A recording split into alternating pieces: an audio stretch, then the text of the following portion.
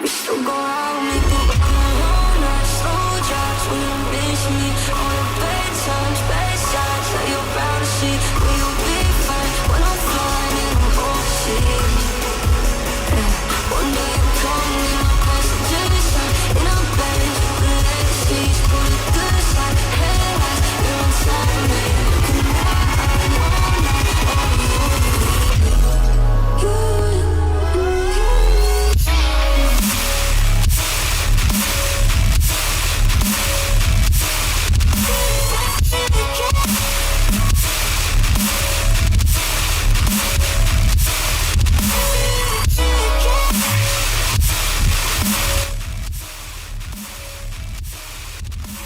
Yo, what's up, guys? It is that day. It is Wednesday. It's feedback time. If you've already submit a tune for me to view and give you feedback on, and I'll give you all the best answers for your song. You should be able to hit exclamation point submit in here, just like this.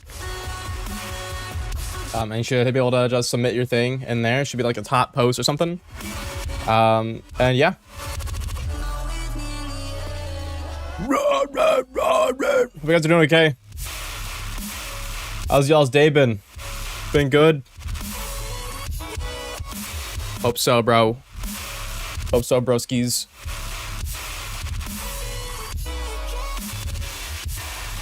Cool. I want to show you guys some cool stuff that I've been doing. And yeah, we'll get to it. So I'm gonna pause this little guy. I'll do like a little fade out, guys. All right. Whoa. Cool fade out. Sweet. All right. I gotta move my OBS. You guys are gonna see a little bit of the screen, but like, whoops, wrong one. Full screen. There you go. Yeah. My screen's way too wide, so like, I gotta kind of position like this, but some kind of like thing I've been working on for this. I'm trying to get new methods, guys, new methods for mastering, mixing, probably. I'm sure you guys have heard about like a lot of different mastering techniques coming out. Like there's a technique to like bypass the OTT phase shit that happens, and you like basically have like a pre-master or something. So I'm trying to get into it. I have this thing called MXXX or MXXX. But it's from Melda, and they're like master effect Izer thing. All these little rectangles you can see here, just like little places you can put stuff. And they have like a bunch of modulators and all that. I really like this plugin for what it is. Like you can do a bunch of stuff. It's just like when I was talking about the UI being a mess, it's like if I want to modulate a parameter, for example, like I go here, I want to go in the input, and at the modulate, you go to the modulate or assign to modulator, and then you assign from like 1 to 16 mods. And the way you get to the mods is like kind of difficult. I actually can't even remember how I really get to it. It's like one of these things here. Yeah, it's like this or something. But it's just like a mess, and you accidentally open all these screens up, and it's like, oh my gosh. But it's really cool for some effects. Bam, bam. It's like mod 1. Okay, so it's like right here. So it's like I wish it was easier to navigate. Like I had all the modulators in an easier to get to spot, but the cool thing that's really awesome about this is it has like you guys know how like a Sharebox, you can trigger things off of an impulse. Like if a snare hits, it sees there's a transient, and it's like, oh yeah, you play the modulator when the transient hits. It has the same thing. Like you can modulate things off of transients, which is really cool. Like this envelope, it has an audio mode, which is amazing. Like this is what makes it worthwhile to use, because you can do a bunch of like freaky stuff like that. But aside from that, like you can do like a ton of crazy stuff. It's just kind of annoying to use the UI. But what I like a lot about this is you have a lot more settings than just like a regular saturator. So like if I had a regular M saturator, it has most of the effects here that you would probably use. Like the gain and output and all that. But if I wanted to like distort just certain areas, it's gonna be a little harder. And in MXXX, if I wanted to like distort just the sides or the mids, I can do that. So that's what this little thing is. This is like my new mastering technique that I've been trying to do. It's not perfect, but I'll figure it out. The main issue is that when I distort the sides, there's a lot of unwanted distortion when there's like low end or a lot warmer tones. So that's like the issue I have. But when it's bright, I want the bright parts to be really distorted and saturated. So like this is what I made.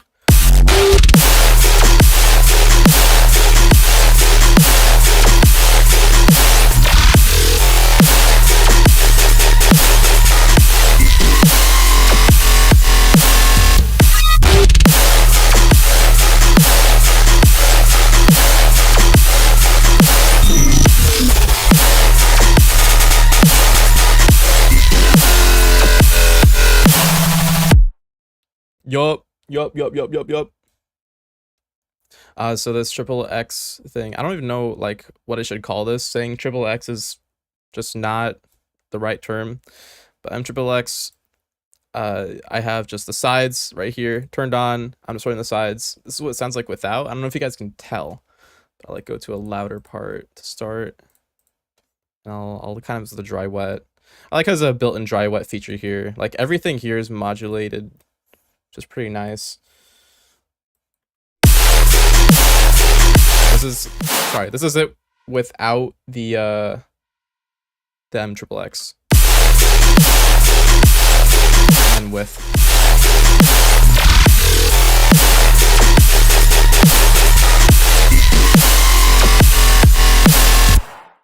It makes it sound more full and like crunchy.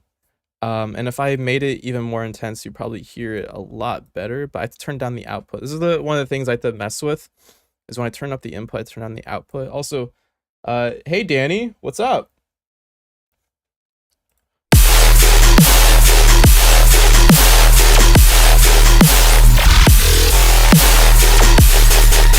If I turn the output up a lot, you really hear it.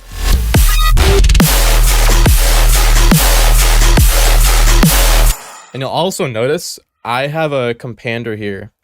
This is the thing I've been messing with a lot. I want the compander to keep the phases like still aligned and not too wide and phasey. So I'm adding a compander here for it to crunch things up and like ring mod essentially. So the sides aren't just like way overblown, because it does like take away some crunchiness and cleanness of it. But I'm doing this for the purpose of it being full, so I could mix it in. Also, it is really transparent. Like if I mix between, like in the dry wet, you won't really be able to notice.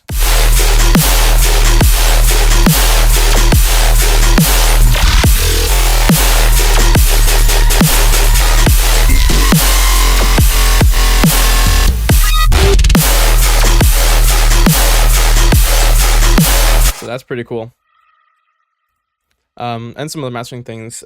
Dude, everybody needs to get on the newfangled saturate route. This is probably the best clipper in the entire industry.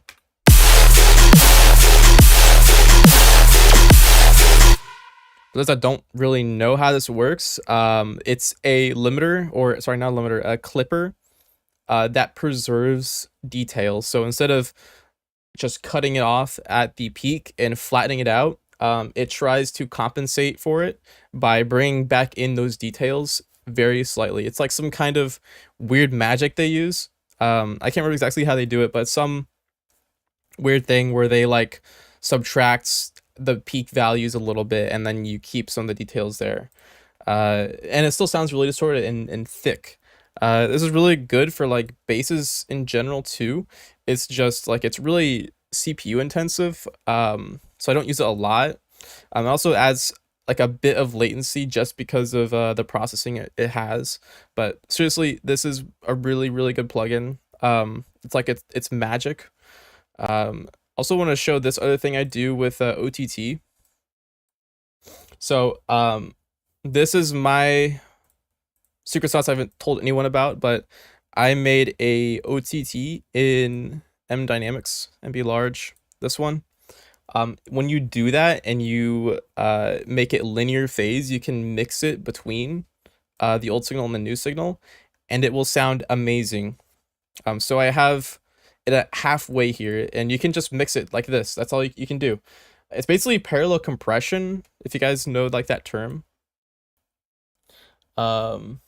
What's the Allscopes on top? Oh, that's I made a new template for like projects. This stuff on top is simply just my analyzers that I made. It's all in here. It's like wave candy. It's like 3 different wave candies on top of each other. And just put it on top because it's like blank space. Also, I tend to notice people like it when there's like an analyzer on screen whenever there's a demo played or something. But anyways, this OTT, I made it my very own, so it's not exactly the same. I kind of turned up the bands a little bit to where I like them, but it's doing upwards compression a little bit, and it's also like smashing things really hard. And I have this at 50% wet. I have a preset for 100%, but I want it at 50% because it is really intense. And I have it mixed to my preference, so I can show you what it sounds like with and without. This is without. This is with.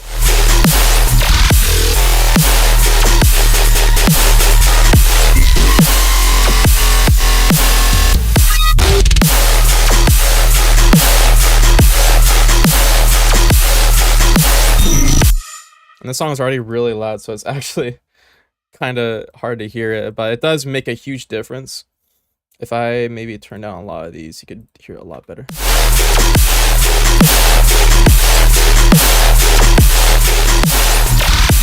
Also, it might just be turning down the signal.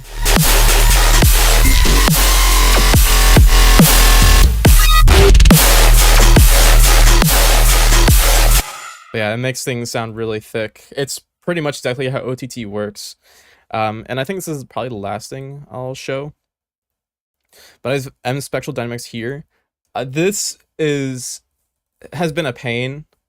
I really like spectral plugins that duck things like compressors, limiters, even clippers. Like I guess this would be considered like a spectral clipper, maybe. But I do like these plugins that do this. It's just really hard to get the sound you want. Like Nasco had a stream where he was talking about his own plugins, like spectral compressors and all that. It's like some kind of interview, I guess. And he was saying how like these plugins are really good and they're really clean and they're probably like more than you need. It's just trying to get what you want out of this kind of plugin is really difficult because there's just a lot of parameters that you need to change. Whereas like in other plugins, it's usually like just a few knobs that do the work for you. And it's not for lack of like understanding the plugin or how it works. It's just a lot of parameters you need to change. It's just simply a lot. And that means just it takes your workflow away, all this other stuff. I kind of made a preset for mastering that I tried to implement, but there's a few problems that I run into. I'll show you like the before and after. So this is with it. This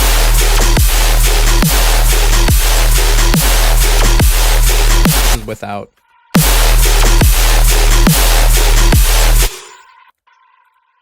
So depending on your ears, you could kind of hear it a little bit, but without Spectral Dynamics, it sounds really distorted and like crunchy, you know, like regular distortion, crunch, whatever. With it on, it sounds less crunchy, less loud, but it sounds a little more full. And the trade-off for that, I really don't know. Like it does clean up the highs a lot. It does essentially have like an OTT kind of effect where it makes everything big sounding. But it's just too hard to get all the settings right. Like I have an EQ, I have a threshold thing here.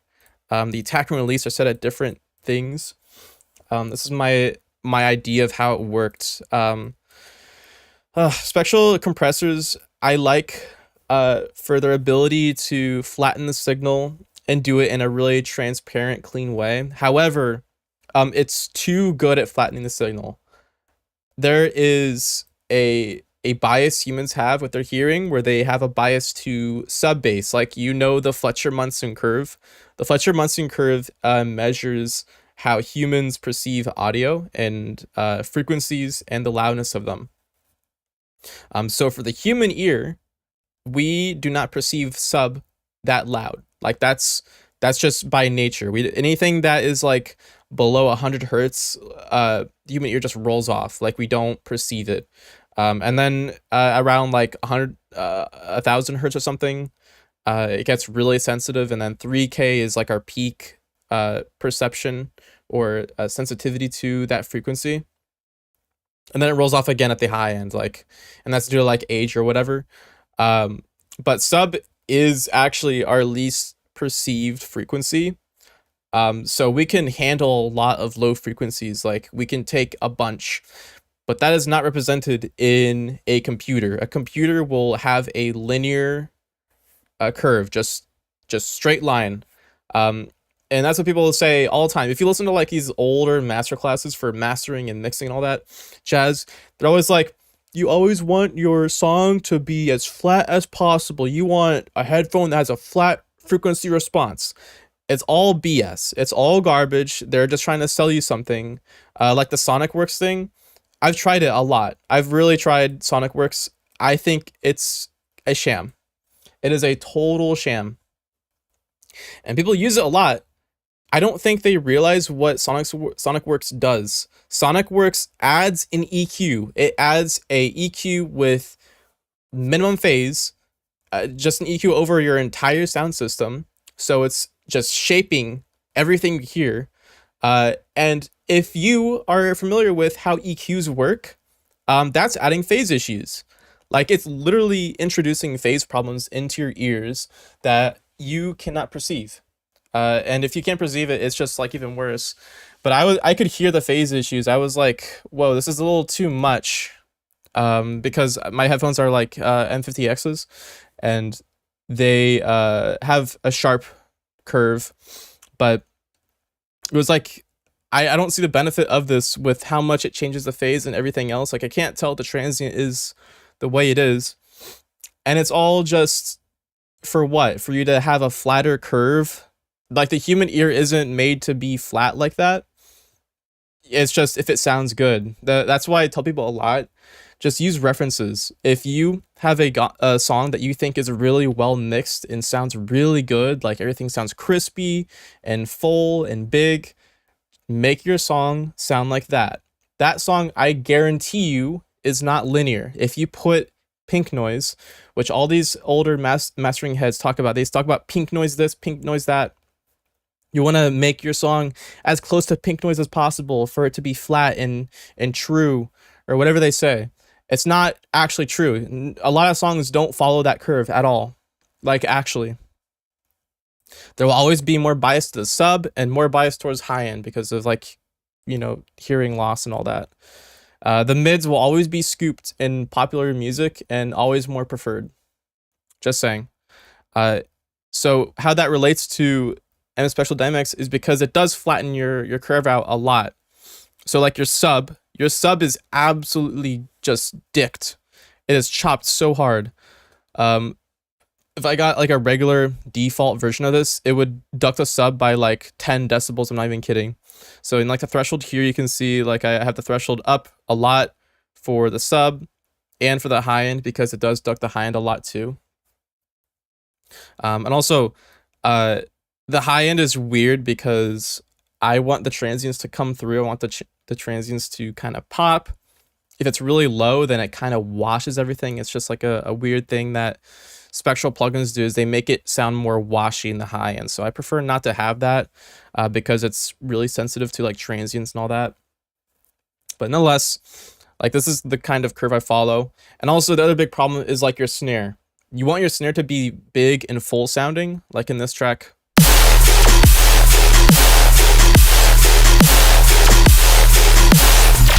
So you want to control these lower mud frequencies, like 100 to 200 hertz. You want to control those and make sure those aren't way too loud. But on the other hand, your snare is right there. So what do you do? Like you can't do both.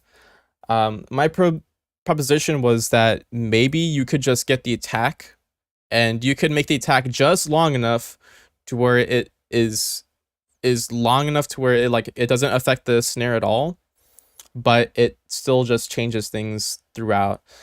So I only have it like this for up to where the snare is, so like at 200 hertz. I have the attack pretty high, and then everything else is pretty low. Same with the release. The release is a little lower.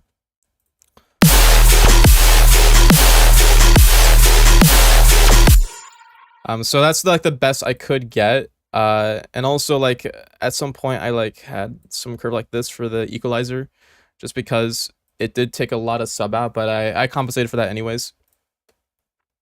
But what I ended up decided to do was I had it on the sidechain channel. So like before all the sidechain, I just put this on here. I can see the threshold. It looks egregious, right?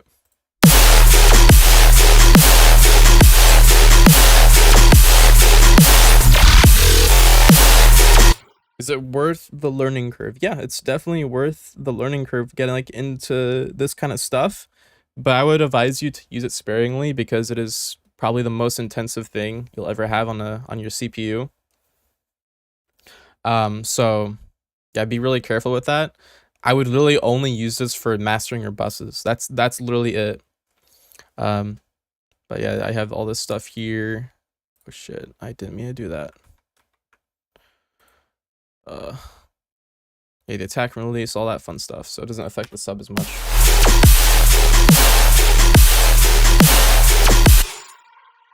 Yeah, but I want to show you guys some cool stuff with that. We will go back to the stream and I will review your guys' music. Yeah. Cool. Also, let me get back to the screen here. Yeah, the track that I played in the intro was from Kume, and Tenfiat. That was informative. Thank you. I don't think a lot of people make videos about spectral stuff or like how to really use it. Even the people who do use it kind of have an idea, but it's really speculative. Like you have to remember, spectral plugins are very new. Like they've only been around for like not even a decade, and they haven't been widely used. They've always been put aside as like niche picks or like very special things. They've mostly been using like de-essers or like Soothe. I think Soothe was like the first major implementation of like a spectral EQ kind of thing. And even then, like people use Soothe, they just slap it on and don't really understand how to use it. But Spectral Dynamics is really where I think it has potential to be used in a lot of things, like even basses. And Nasco brought it up to attention a lot with his spectral plugins, like the M Curve or whatever. It's really good, but a lot of people don't know how to use it still. Like they just don't. So I want more people to get into that because it's really cool. With that being said, we'll start off our feedback stream, and we are starting with Rectense.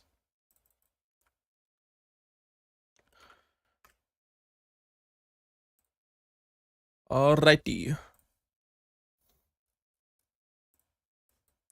Rectense. Oh, did I already do this one? Oh yeah, I did. This is sick though.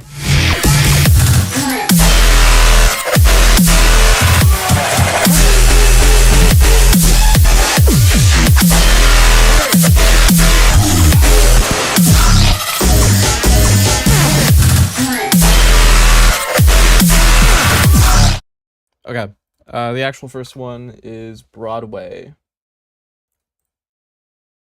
All right, let's see what you got, bro. You make me feel alive. I have the vocal chops already.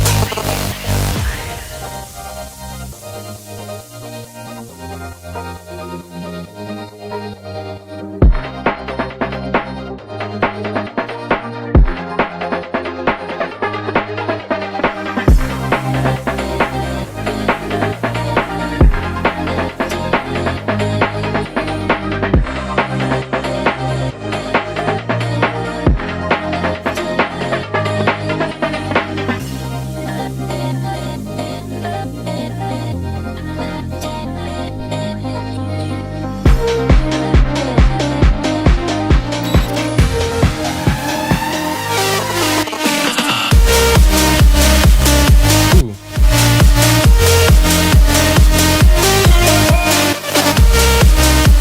I actually do vibe with this.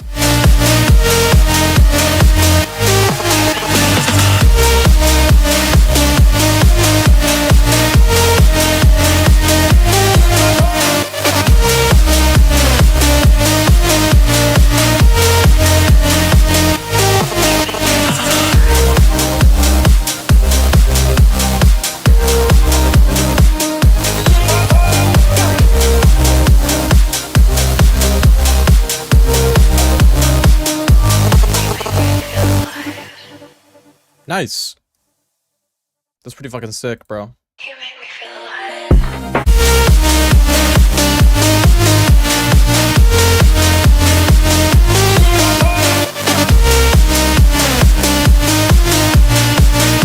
I like the writing. I think the sounds could be a lot more impactful though.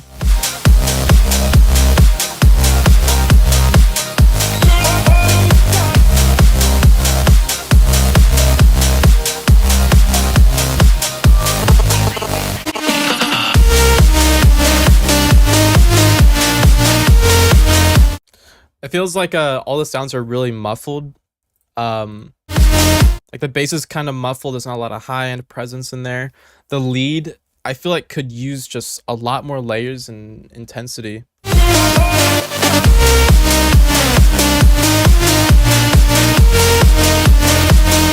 We live in a very maximalist type of EDM culture right now, where it's either you go balls to the walls, like crazy high end, insane intensity, or either you make like UK dub, like really chill kind of UK dub thing.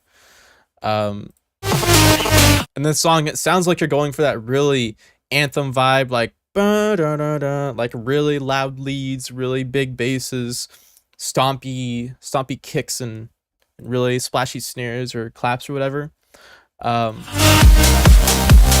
But it's not coming through like that. It sounds like it's still weak comparative. Like you can make things really more just intense. And this reminds me a lot of the new Paul Robinson and Naji Rachi song, which, wow, it's right here, your latest upload. That's awesome. Wanna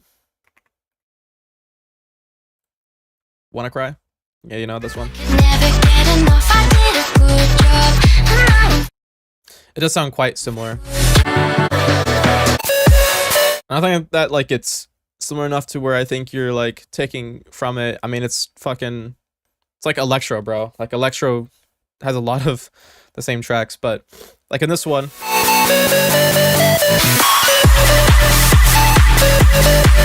like that lead is way over the top. Like it's super loud, it's super piercing. It doesn't hurt my ears though. Like it's mixed comfortably where the high end isn't like too much. Also pay attention to like everything around the lead, whenever the lead isn't playing, there's like this white noise that comes in. And that could be a lot of things. There could be a lot of different reasons why that's happening. It could be like there's reverb on it and the reverb is like hyper distorted, or like there's a gate on it, some kind of thing with like sound design maybe. That's really common too. Like you'll just get like artifacting if a lead is pushed a certain way or distorted in a certain way. I don't know if that's the case here, but it adds a lot of character, and there's also a transient to this lead. I don't know if you can tell, but like there's a very short transient that sounds like it's like analog almost.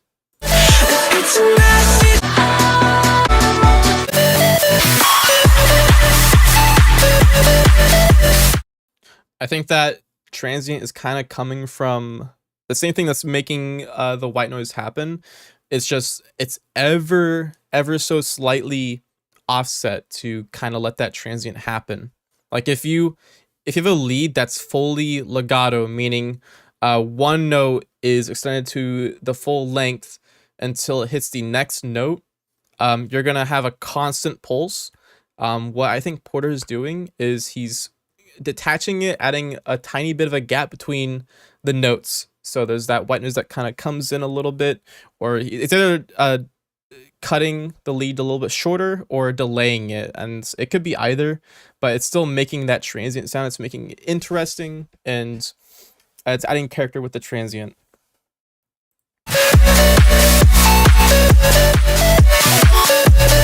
What's also important here is using a lot of like fills, a lot of like glitchy stuff. I think this is more of like Ninaji's style, is like these really weird electro bass fills. Those kind of fills I think are really funny because it literally just sounds like you got a serum wavetable and you just fucking morphed it or like pitched up and down. Like that's literally what it sounds like to me, just random pitches up and down. I'll pull up Ninaji up here.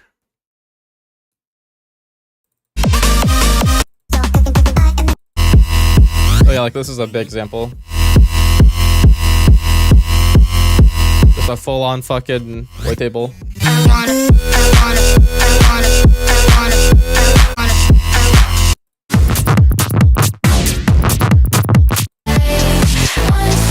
What's up?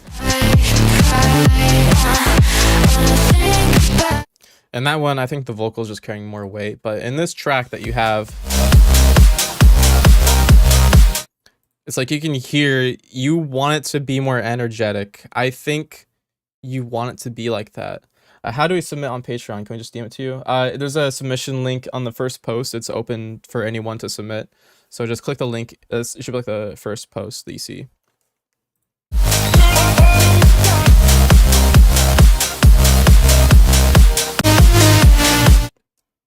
Also, I can't help but notice there's a lot of white noise in this track. Very noisy. And the noise is just constantly happening. Instead of using white noise to fill space, use a noise that has more character and has more of a meaning. You're using white noise to just fill the empty space, add more high end, make it sound like it's bigger. Make a noise that is almost like that, but has a purpose, whether it's adding a rhythmic purpose, a melodic purpose. Don't just make it a bland white noise. White noise is cool sometimes, it does the work, but you could be more intentional with your sound design by making it noisy. Kind of think about like in the song I just showed you, Wanna Cry. Like the noise that was generated was not like authentic noise, it was artifacting, was some kind of thing. Could I send you a Google Doc link? Dude, it's on the Patreon. Just go on there, submit a link, and please use SoundCloud as well. Just submit to SoundCloud, upload it on SoundCloud, and then you submit through the form. The submission link is here. You just hit !point submit, and it brings you to the thing. Just like that.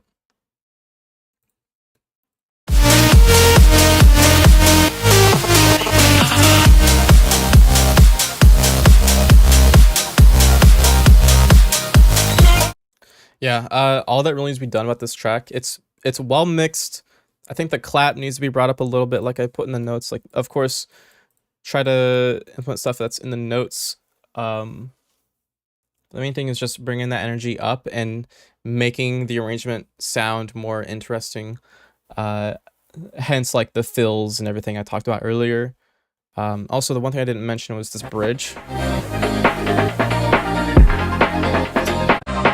I like what you're going for. It's just not executed that well, and I don't think you put that much time in it because it's a solid idea. Just you didn't fill it up with worthwhile things. So just simply work on this part more. Add some more cool parts that separate it from everything else because it really just sounds like the reused instruments and sounds that you had in other parts, and you just put a breakbeat loop over it. So make something cool. Add like a organ bass or something, or I don't know, a vocal. You could do a more vocal stuff. But just yeah, work on that part more, I think. Alrighty. Well, thank you for submitting this, Broadway or Enzo. I think you're like the guy that submits a lot of from the floor stuff, like electro. So it's nice to have some diversity in this chat because, bro, for the last few feedback streams, it's all been just like dubstep. And don't get me wrong, man, I love my dubstep. I love my dubstep homies, but I get kind of tired of it, hearing it all the time. Like, no one will hate dubstep more than me, honestly. I don't even listen to dubstep on my free time. I listen to fucking jazz, man. I listen to fucking jazz, dude, unironically. I listen to like jazz and like punk rock or like pop rock or like something like that. Metal, even. I just never listen to it. I can switch it up. Thank you, man. I'm sorry for more dubstep. How dare you? How dare you poison my stream? Dude, that guy sounds just like me.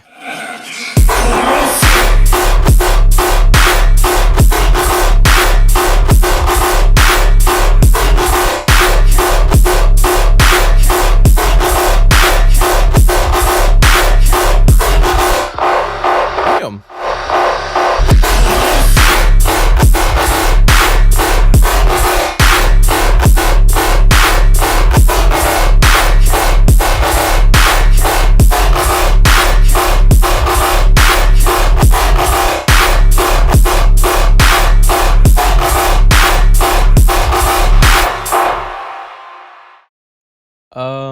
Yeah, the line isn't that long. A lot of people haven't submitted, so it'll probably be like a much shorter stream today, but it means that you're gonna get reviewed quicker, bro.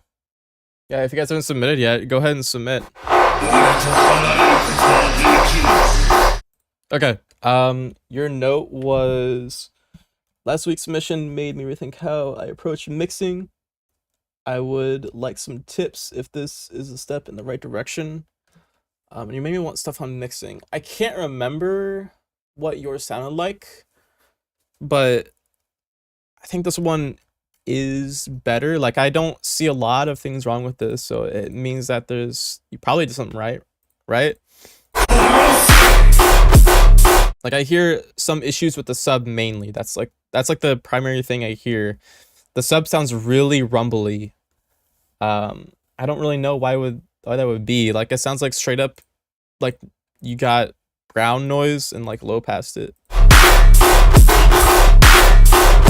And also the main bass like sounds like it's like panned. As far as your drums go, your drums are pretty good.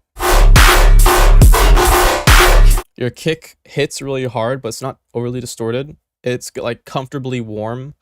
It's really punchy. It does actually cut through the mix really well. Your clap just layers really well with your clip.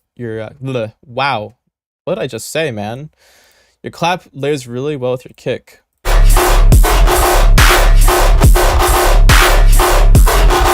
And it's not really piercing either. It's just like the basses, I think, are a main problem. Like, your basses are your main bass, the tone of it sounds pretty good, but the tone is like panned weird. It sounds like you have a Haas effect on it. and Haas literally delays like one channel left or right. It just delays it, and that makes it stereo. But it's a really cheap and kind of lame trick because it's not real stereo. You're just delaying one signal. It's connected to the main base. Distortion is fucking with it a bit.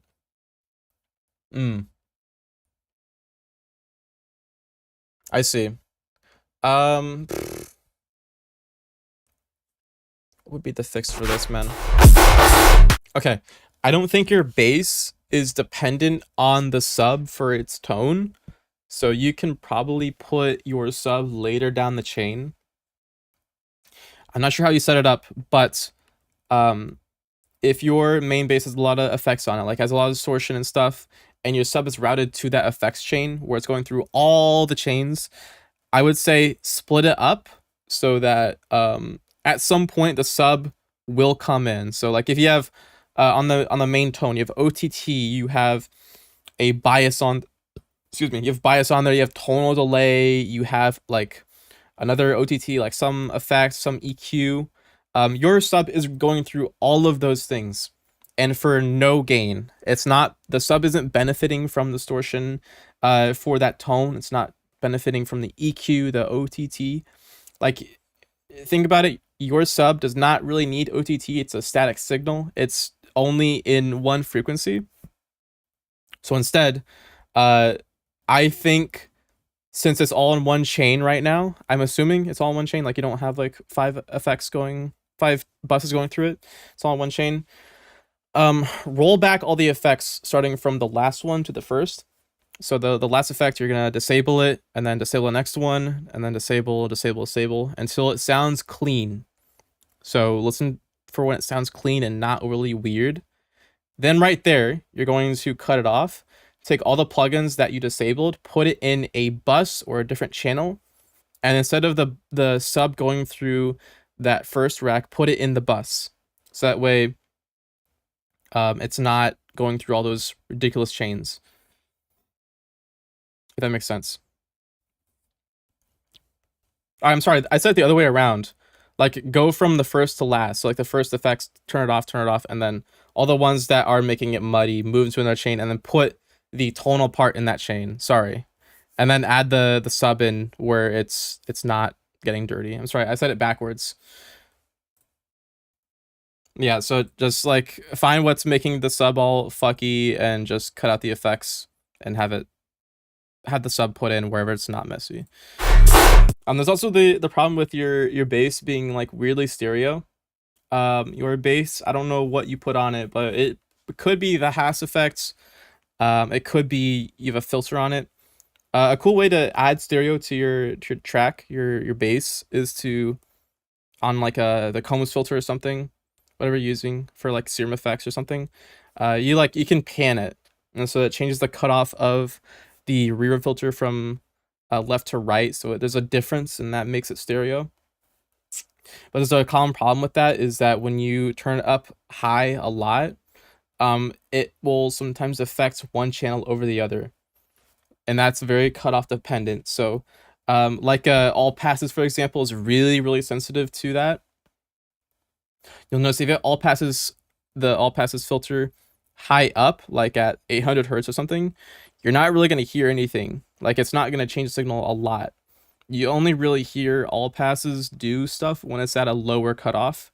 So when you add the pan feature, when you turn the pan knob up, it's shifting the left channel down and then shifting the right channel up. And because shifting up the cutoff makes the effect less dramatic, it makes it sound like the left channel is a lot louder, if that makes sense, because it's a lower cutoff than the right. But it makes it stereo. I would just say either put the whole thing at a lower cutoff to avoid it being that dramatic, or turn down the pan amount. If that still doesn't work, try finding a way to make it stereo by another means. Or it could just be another effect that's making it weird. Just find what effect that is and just see if you can even it out. If worst comes to worst, just pan it, bro. Just fucking pan it, or get like an EQ that is left to right channel and just do that. That's what I used to do. Back when like the Kilohertz Convolver was really kind of meh, and they didn't have a lot of Convolver stuff.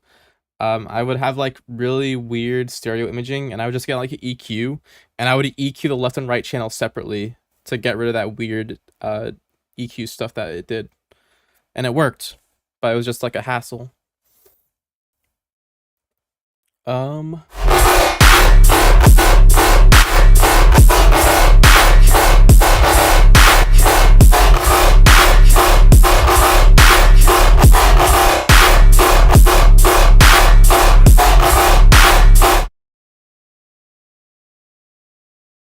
I sometimes use Kilohertz Channel Mixer because it's easy for me at the moment.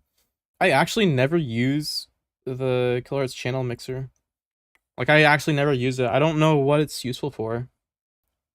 I've seen people use it in like their chains and like some patches I've had or seen on Kilohertz, they use that. I don't really know the purpose of it. Like I just don't get it. Fixing left and right balancing. But like you could do that with a lot of things, can't you? Like there's a lot of effects you could probably just do that with. I mean, doesn't like what's it called? The EQ. I forget what the EQ is called for Kilohertz, but there's like literally a setting where you can change the loudness or change like an EQ on just one channel. I'm pretty sure. Which then like I don't know like what the use is for that. But anyways, yeah, really good track, bro. Or mixing rather. I think it's an unfinished track, but yeah, much big improvement, I think. It's just that sub needs a lot of work, and it would sound like a proper mix down. Alright, well, thank you for submitting, Ronan. Yo, I hope that helps. And coming from the past stream, I think it did actually improve your mix, so who knows, bro. Okay, we have Rectents. Rectents, I accidentally didn't delete your last submission from last week. And I like played it first thinking like you just submitted it. I was like, oh yeah, there it is. All right, bro. What you got, man?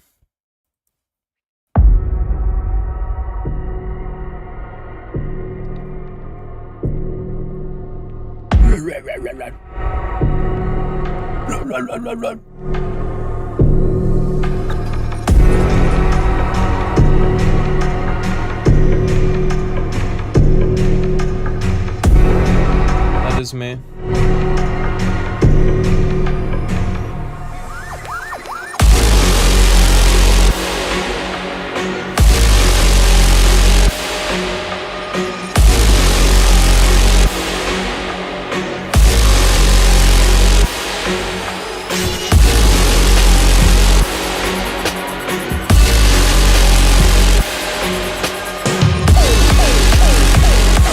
What's up, Young Quiver?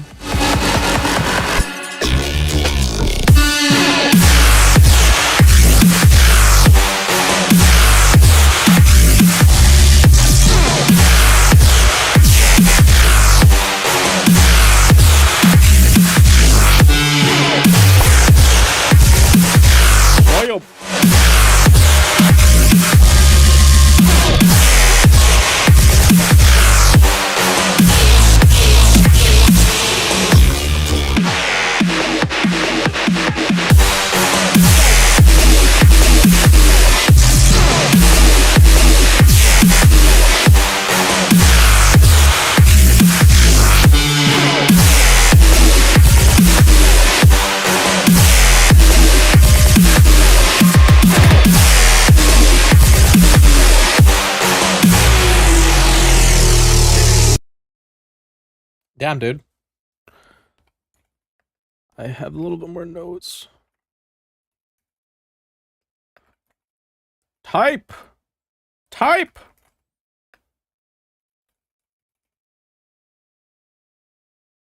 That's why I fucking spell noisy with an E. I'm so silly. Okay. Neuro things. So doing like a fucking Like a neuro dubstep, neurofunk dubstep, bro.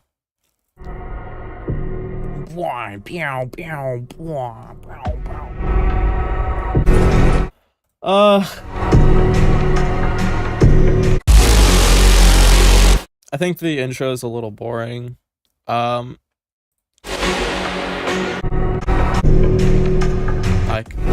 nothing really happening. No motif, no nothing. I think this part would be cool if it wasn't so repetitive and it like had a motif as well. Let me get out of here.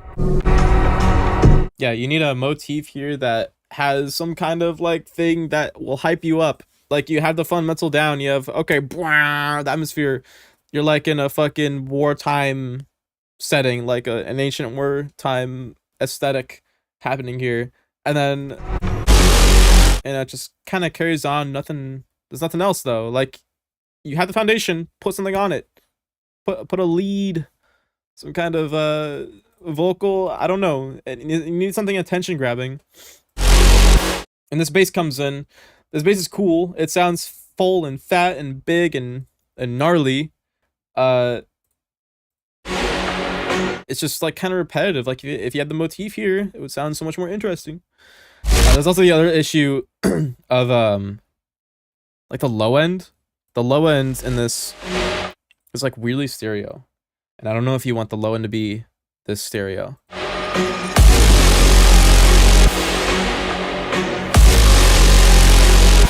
Like it's just a little much. If you cleaned the low end up, it would sound a lot nicer. Also, sidechaining the build-up is not a good idea. So don't sidechain the build-up, bro. That vocal needs to be louder.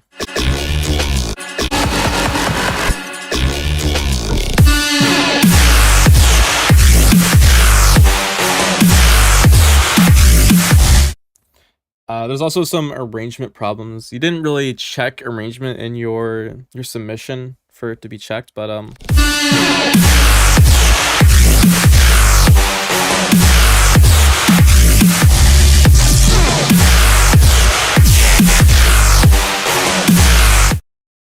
don't sidechain the buildup. Yes, don't sidechain the buildup because there's no purpose for it. The purpose of sidechain is to duck the low end of your bass so that your kick can cut through the mix and be punchy. When you have sidechain in the buildup, you're doing it for no reason. The only possible explanation you would want sidechain on the buildup is if you want a pumping effect. But in this, you are not using a pumping effect where it's going like your kick is rolling up faster and faster. When it does that and you sidechain attached to it, you're just ducking the buildup. Like if you have sidechain that's sidechaining so fast, you are just turning down the entire buildup and making it not hit as hard. Also, the way you can make this sound better, if you're worried about the low end being too much or something with the kick, just cut the kick shorter. The longer a kick is, the more low end it has. So make the build-up kick shorter, it's just gonna sound punchier and then not so muddy. But yeah, definitely don't be sidechaining the intro, or not the intro, the build-up like this. The build-up does not need sidechain at all.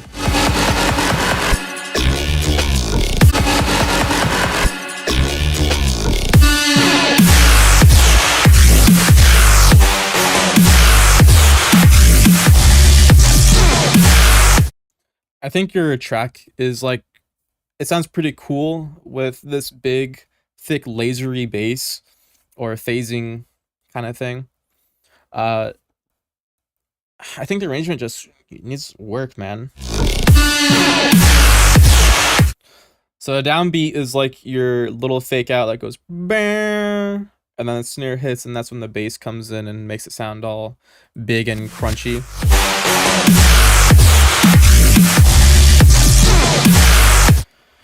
And you're using like this dotted rhythm, which is pretty cool.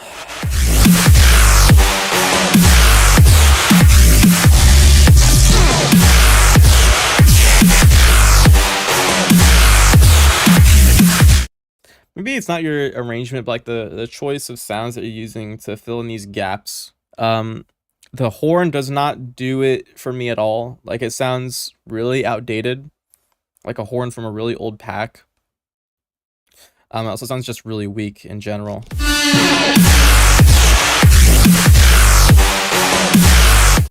Sound design could definitely be better. It sounds really old school sound design. Like, this bass could, I could hear this bass back in like 2015.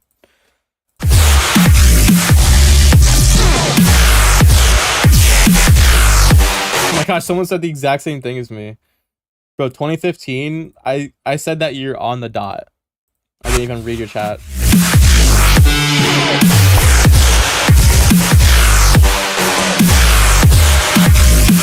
Yeah, this is definitely like way too outdated.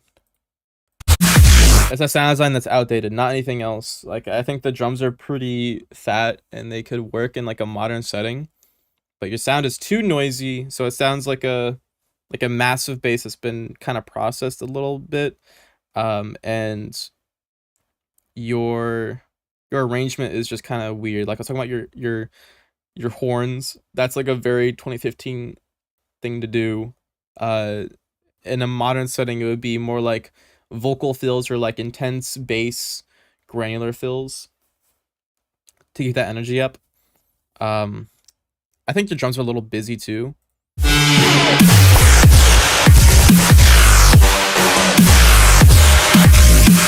Like, you're doing that like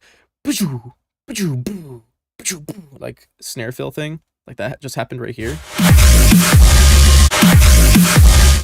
Like, that's not needed that often. You're using it like every 4 bars.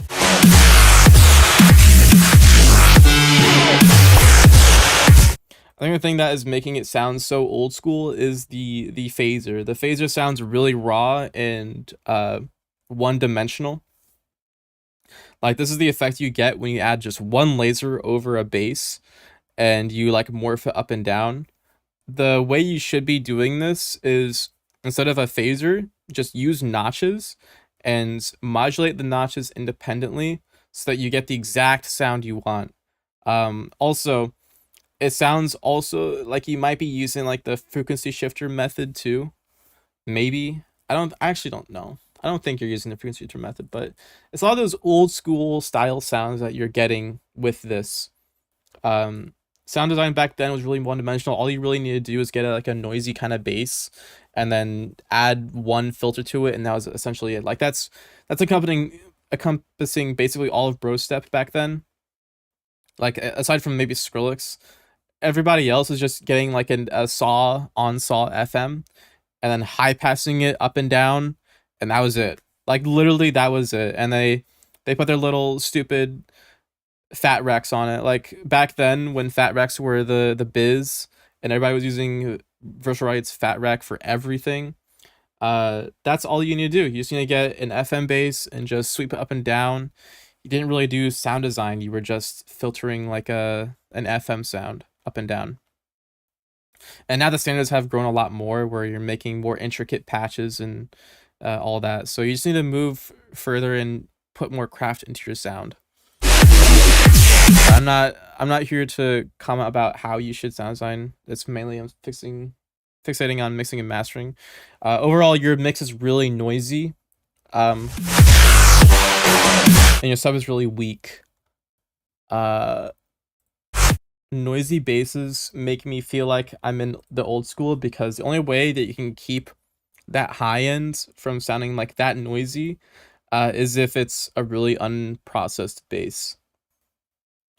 If you had a wavetable and you added a bunch of effects on it and you didn't use any filtering or any cool sound design method, you're gonna get that kind of hazy, white noisy high end, like really bright high end, because it's just bright. Like, you're not really filtering or adding a lot of sounds to it. It's just like a high end from a wavetable.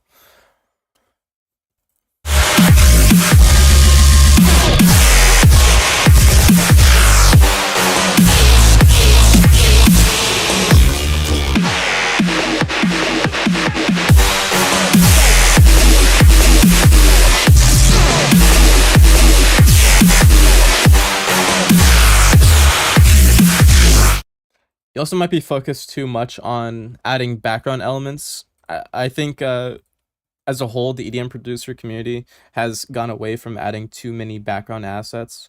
In like 2015 as well, people were obsessed with adding background elements like, oh, you need a good offbeat guitar reggae sample. You need to add a crowd effects to your track so it sounds big and full. You need to add white noise to your track so it sounds big and full. Oh, the really sick method is adding a string that's just playing a high note. That's what people were like yammering about in 2015, thinking that that's what solves like make your song sound full. Like that was a crisis back then. Like everybody was wanting to make their song sound big and thick. Didn't matter how good it sounded. They just wanted it to sound big, no matter what. So they could throw away the mixing of the drums, the basses, all that just for a more full track. And it sounded pretty terrible. You don't have to do that anymore. You have a lot of effects. I was talking about like spectral stuff earlier. Spectral dynamics is like an easy cheat method to make your track sound full. As well as OTT. Like the new method right now for making a track sound full is OTT. Like that's really what you need to do. And I think you do have some of that on here, but like you don't need all these background effects and noises to make it sound good. You just make the bass take more space, make it more heavy. And you can do that by layering. It's 4 a.m. here listening to dubstep. That's fucking awesome. Let's go. Right is a good example of maybe having like 5 layers, and this was a ready song. Yeah. Let me look up a Murata song. Like I can probably point out maybe 2 layers. Those 2 layers are really fundamental to the track, like in writing, and they aren't taking space away from the bass. I think that's also like a major thing that contributed to basses being really noisy back then. And in your track is a lot of the background elements overshadowed the bass and where you would want the attention. Like the attention you want is on the bass. The bass is your main sound. You want it to be thick and full, but if you have a background element that's like it's gonna fucking make it sound like shit.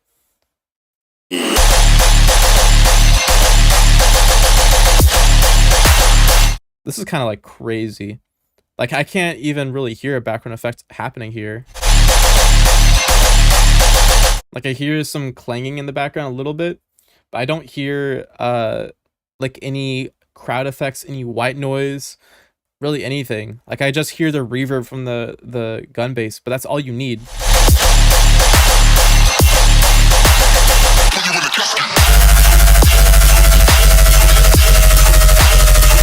And this part, like this really intense bass, and you have like 1 other layer on it.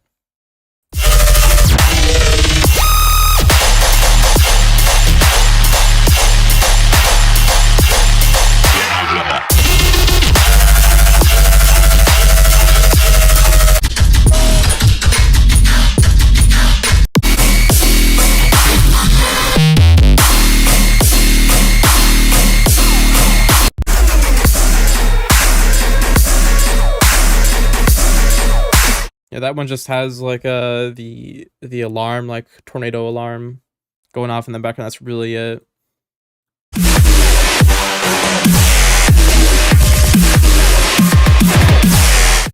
But anyways, that's it for this feedback. Thank you, Rectense, for submitting. Hope that helps. All right, next up we have Kill Dill.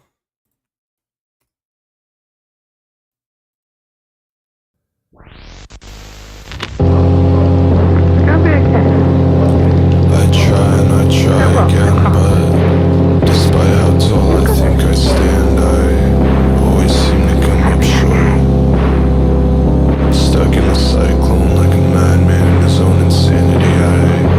I wanna run so far away from who I am, but every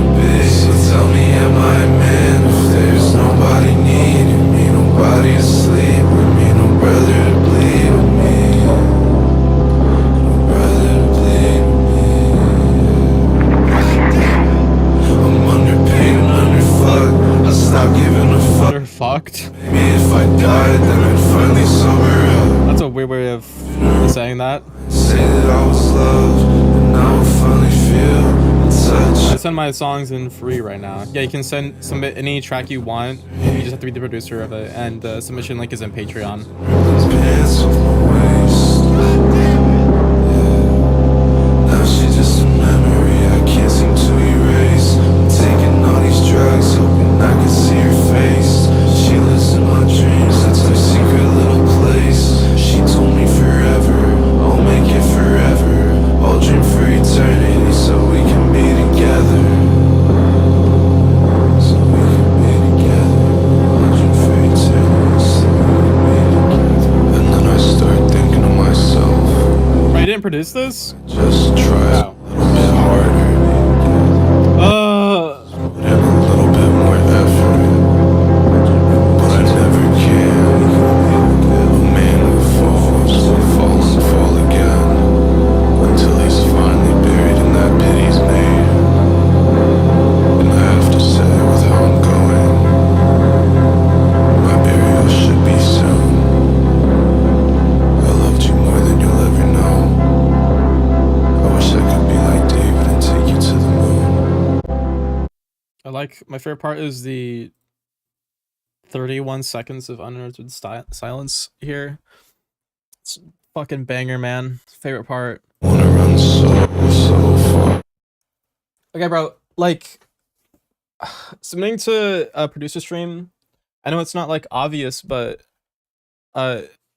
if you're asking for feedback, you know, on a track, I would hope that you have control over a lot of the instruments and the way it was arranged and everything, so that, you know, the feedback I do give you, you could implement. If I give you feedback on how the drums are mixed or how the beat is mixed or anything like that, you can't do anything about that. So like, my feedback isn't going to help you a lot. The only feedback I can give you is the way you mix and master. Like, genuinely, that's all I can say. Which sucks. Like, for you, if you produce your own music, I could help you so much more and make like your track way better by just having that.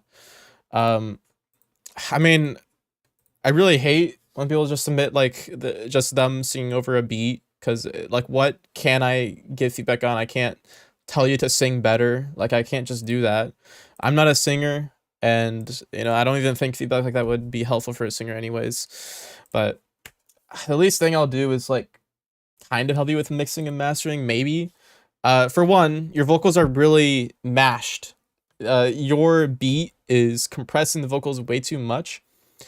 In a genre like this, where the vocals are taking the front, they're taking the stage, they got the lights on them, you want your vocals to be loud and prominent. You want them to be easily identifiable and not muddy like this. Your vocals are really drowned. Away from who I am, but every time I start running, Like, it's too drowned. What you're doing is your beat, or not, I wasn't even considered as a beat. Like, it's kind of just like a loop, is it not? But like, this loop, this melodic part you have is so loud, it's going to the master, and whatever you have on the master, you probably have like a compressor or something to do that kind of processing, whatever. It's pushing your vocal down a lot. Either that is happening, or your vocal is just simply way too quiet. However you can fix it, make your vocal louder. It needs to be much louder. And even then, I don't think you have much to do with mixing and mastering. Like, do you have the stems?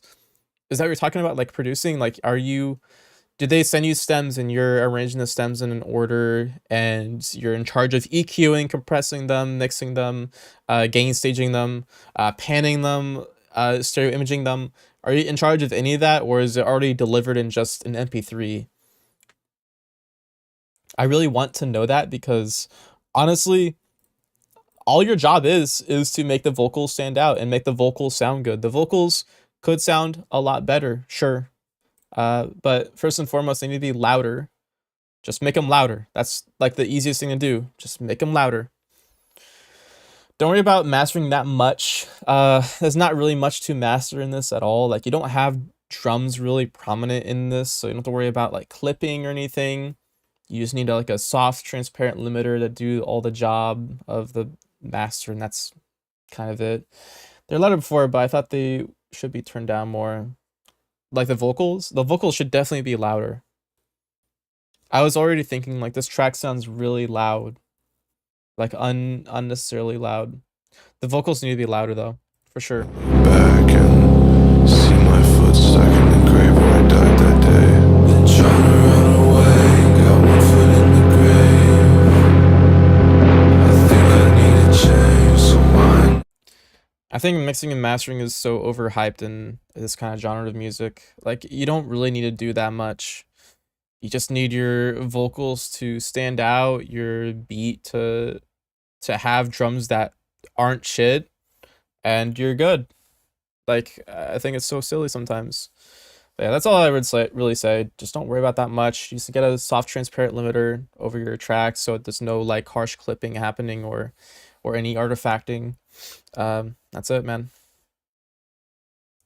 I was kind of going for more of a shoegaze type vocals, but they're kind of blurred and muddy. If you want to keep your vocals from getting blurry and muddy, you need to high pass the reverb.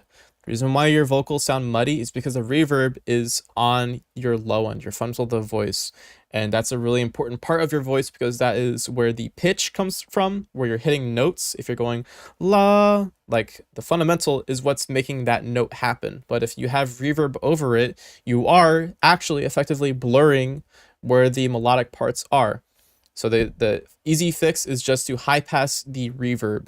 So if you want them blurred and muddy, bro, no you don't. You don't want the reverb blurred, bro. You do not want your vocals blurred and muddy. If you want that, then you have no hope, man. You should have a reverb bus. So you should have a different mixer for just the reverb. If you want to add reverb to things, just put it in that reverb bus and mix it. You don't want the low end. Just trust me, bro. You don't want low end on your reverb on your vocals. You want to cut that shit. Don't cut it too hard, obviously, but cut it tastefully where it's not too blurry, and then you can boost your reverb a lot for like the mids and highs. I think that's where reverb gets a lot of its strength and a lot of its timbre, not timbre, but character is like the mids to mid highs. Like I'll put a range like 500 hertz to maybe 5,000 or 4,000, somewhere around like that. I think that's where reverb really shines and adds volume. I think you should try that and hear how it sounds, and that is literally what you want. And because you can do some like more tricky stuff. So if you had your vocals and your reverb bus and you combine them into a new bus where it's like the master vocal chain, you could compress it. Albeit it would be like pretty transparent, like not a high ratio or anything. But you can compress it in a way where your dry vocals, whenever they are spoken, your dry vocals are spoken, it ducks the reverb. And then when your dry vocals stop, the reverb comes back in slowly and fills the space. And that's how you get a clean vocal with also sounding full and bright and blurry, as you said. So it's keeping it clean, but also blurring it when the vocals aren't saying anything. All right, thank you for submitting, bro. And yeah, I hope that helped. All right, this is the last submission of the stream. And it's from Mr. Z. That's fucking terrifying, bro. Mr. Z.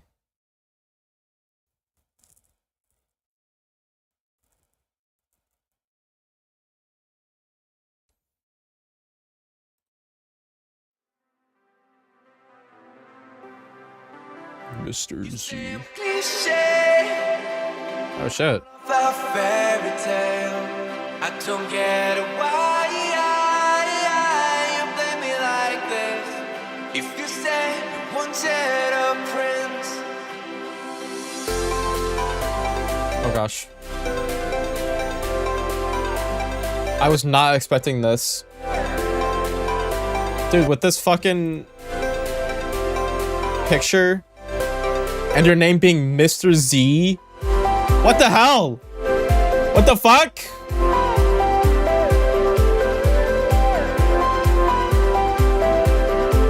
I'm so fucking scared. Tell me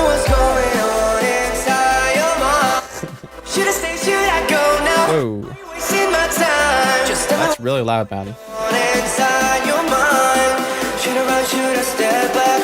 Are you wasting my time? Oh. Jeez, bro.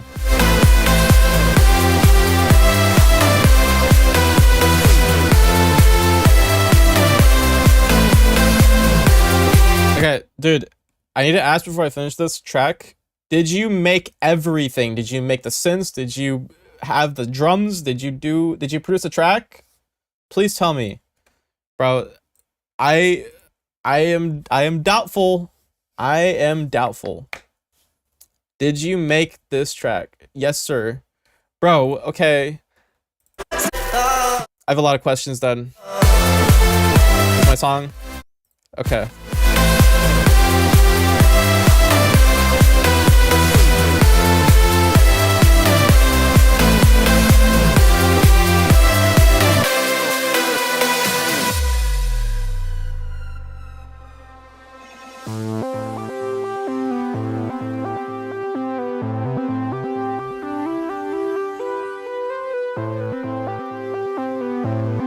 This part's pretty cool. You say I'm cliche. Did you sing? I don't get Is this your vocal, bro? why you play me like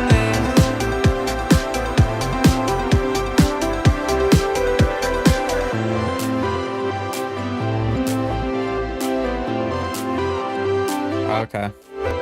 Dude, if you were singing that good, I'd be like, damn, bro.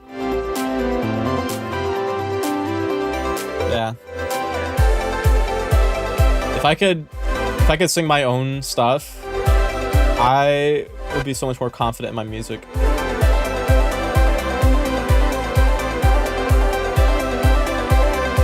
me what's going on inside your mind.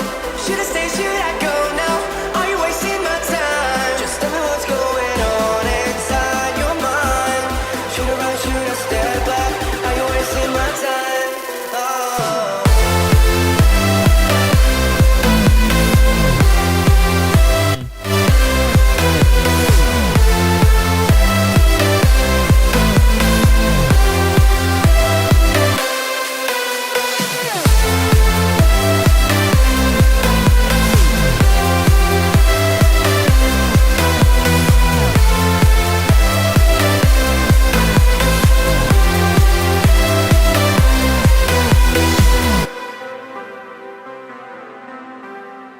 I don't have much to say for like notes, but I have individual things I was like thinking about, so I didn't write that much down, but I do have a lot to say. Okay, bro, the reason I thought that you didn't produce this for a second is because the way the vocals sound, like the vocals, it makes total sense it being like a pack and you like didn't sing now that you say it, but like it's a common thing for people to submit their track to me and it's just them singing over a track, and it's like a major disconnect between the vocal that they recorded themselves and the beat that they bought and they sent to me, and it's very obvious that they do that. And you have this track here, it's like a progressive house track, and this vocal comes in, it doesn't sound that well mixed, and like there's really any harmonies or things going on like someone normally would put. So it's like basically the opposite that's happening. You're just not the singer, they're not the producer kind of thing.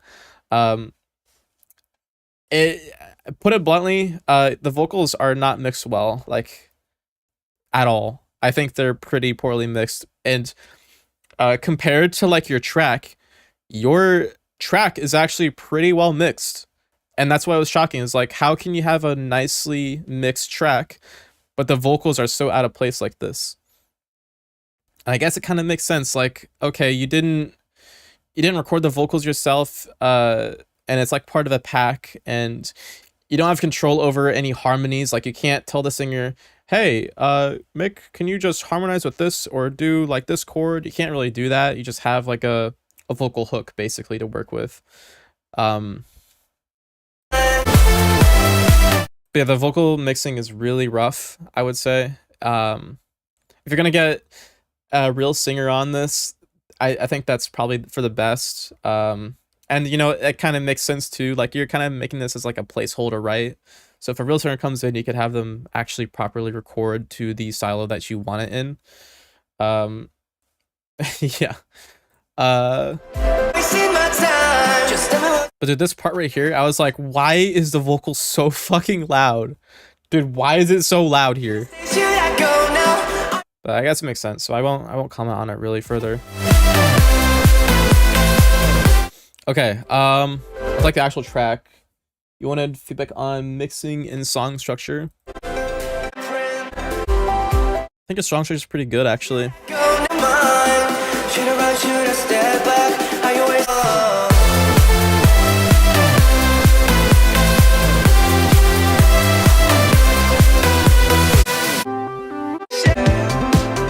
This part's pretty cool. I like this.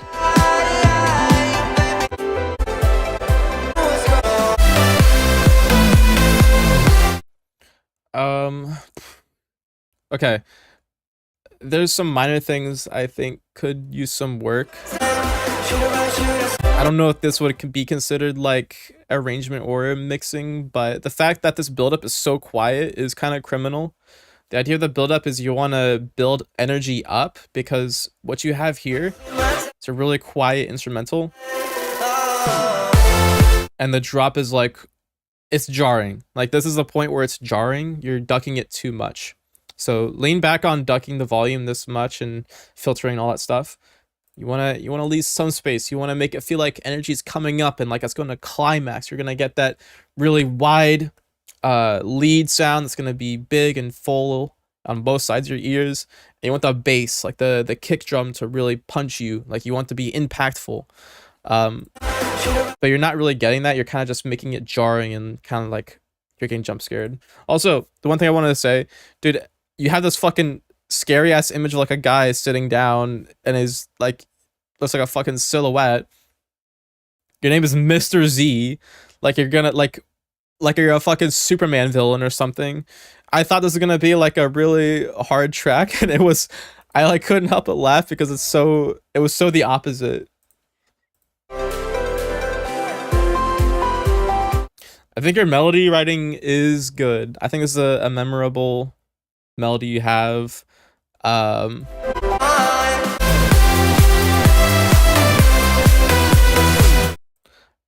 don't have much to say about this, honestly. You talk about the mid bass.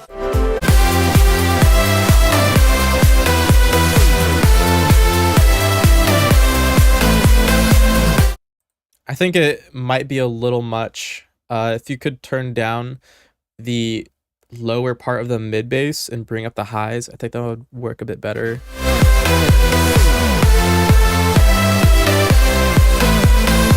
Because sitting at that range of like 100 hertz to like 400, and it's kind of making it a little muddy, but it could add a lot of value to your high end if you brought in more highs.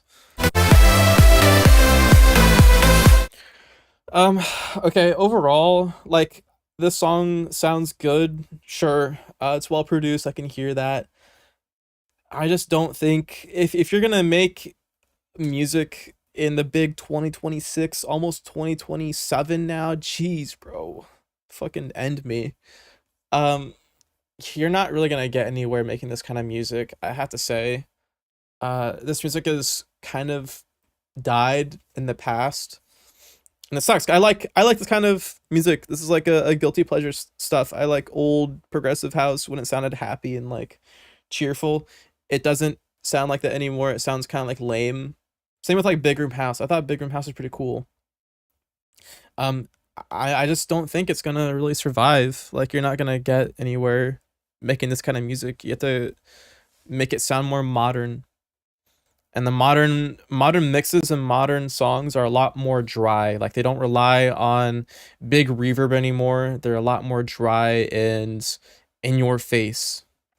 This song sounds like it's a big giant arena of like sounds playing, like a big orchestra of like digital sounds.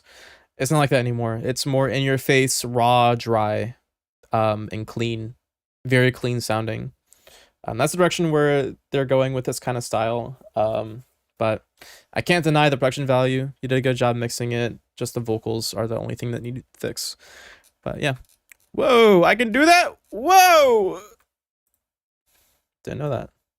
Anyways, thank you for submitting, bro. Good track. And we actually have another submission. Submitted just in time.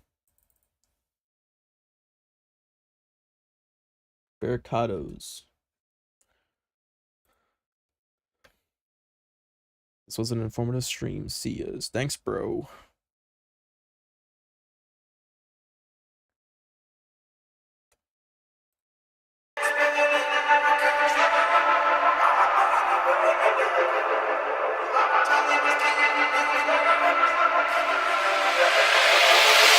Head spinning out of control. I need a way to let Also, guys, please consider look at my Patreon. I do a lot of more videos like this. them away. I do this stream weekly, and I have excuse me. I do production as well.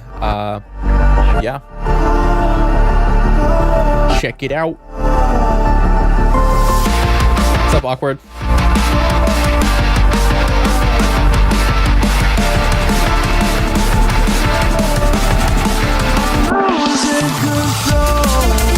This will actually be my last track, though.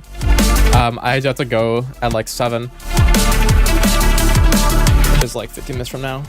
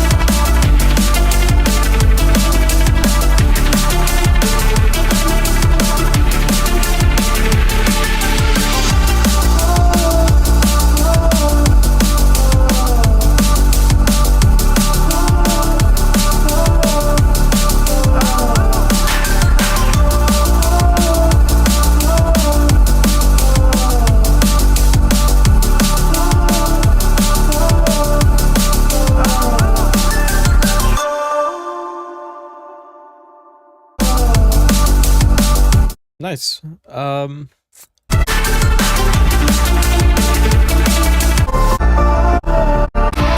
a metal section, yeah.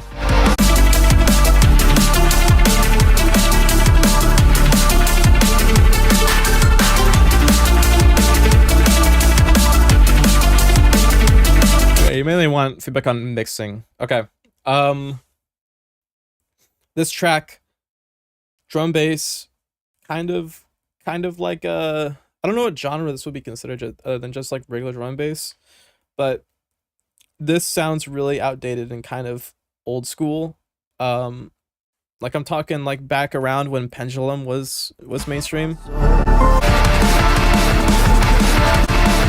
I think you could really amp up the modern sound. And what drives the modern drum and bass sound is having really, really crispy drums. You want crisp smacking drums. Bro, think Mefuse, think Caracol Project. I don't even know if Noisia holds up to the newer drum and bass people. Like, Noisia's good, don't get me wrong, they're really good, but as far as like mixing goes, like people have kind of developed beyond Noisia now. As far as like mixing drums, making them smack, that's all drum and bass is. Like, it's literally in the name drum and bass. You want your drums to smack and sound really full and crispy. Like, that's, if you're talking about drum mixing with any genre of music, drum and bass people will literally chop your head off if you make their kicks sound like shit. They will fucking destroy you. They're the best in, I would say, EDM culture as a whole with how they mix their drums. Like, they care the most about how it sounds than anyone else. So you really need to get those drums down. Focus all your attention on how to make your drums sound snappy and full and thick at the same time. Look at how, I think Mefuse did a lot of videos on like how he does drums. Caracol Project, I think, has like a Patreon. Look up those tutorials, see how they do it. Caracol Project is the fucking goat. Also, what's that other guy? Skylark. Yeah, see if these guys have like Patreons or any videos of them like showing their projects. Learn from them, bro. They are way too good to ignore.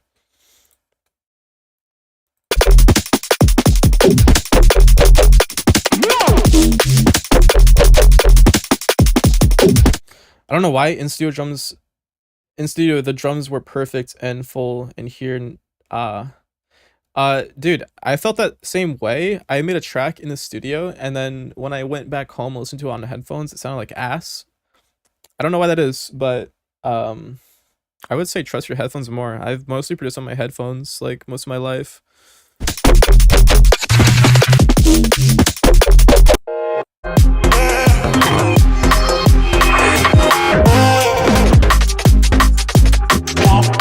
Yeah, listen to these drums, bro.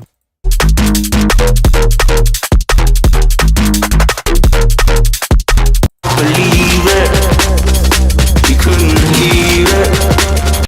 Oh, I closed my eyes.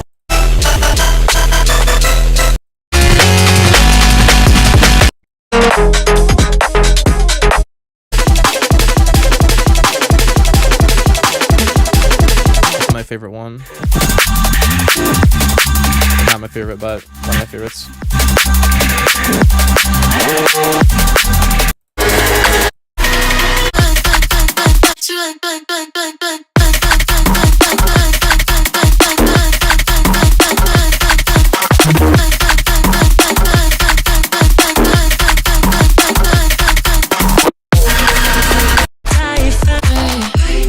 Yeah, but anyways, get drums like that, bro. They need to sound like that. This is what your drums sound like. You want your drums to fucking go, "Ugh!" And that's not just a kick and snare, bro. You want your cymbals to fucking be tight and percussive. You need ghost snares. Ghost snares are like just snares that are hit a little bit weaker, and they like fill in accents and all that. You need every element of your drums to fucking hit. If you want live recorded drums, it's gonna be difficult. I mean, like Superior Drummer, some drum plugins kind of sound good, but they are really hard to mix. I would rather say just find samples that are already on the internet and try to mix already recorded drum hits in like that. Yeah, like these are really digital sounding. You want to avoid having a digital kind of sound and make it really go like. The way you get that sound is just by cutting some things certain ways, like making it extra short or making the fade really abrupt. That's how you get that sound. But yeah, it's mainly the drums. Just focus on the drums, bro. Fix the repetitiveness of it. And the metal section could be a lot better as well. But yeah, thanks for spinning, bro. And yeah, that'll be it for this stream, guys. I stream weekly. So next stream will be Wednesday. Check out my Patreon stuff, guys. I have a bunch of packs on there still. I have production videos. I do project breakdowns. I do a bunch of stuff. Join my Discord. I will be active in there and I talk in there. So if you have any questions, check it out.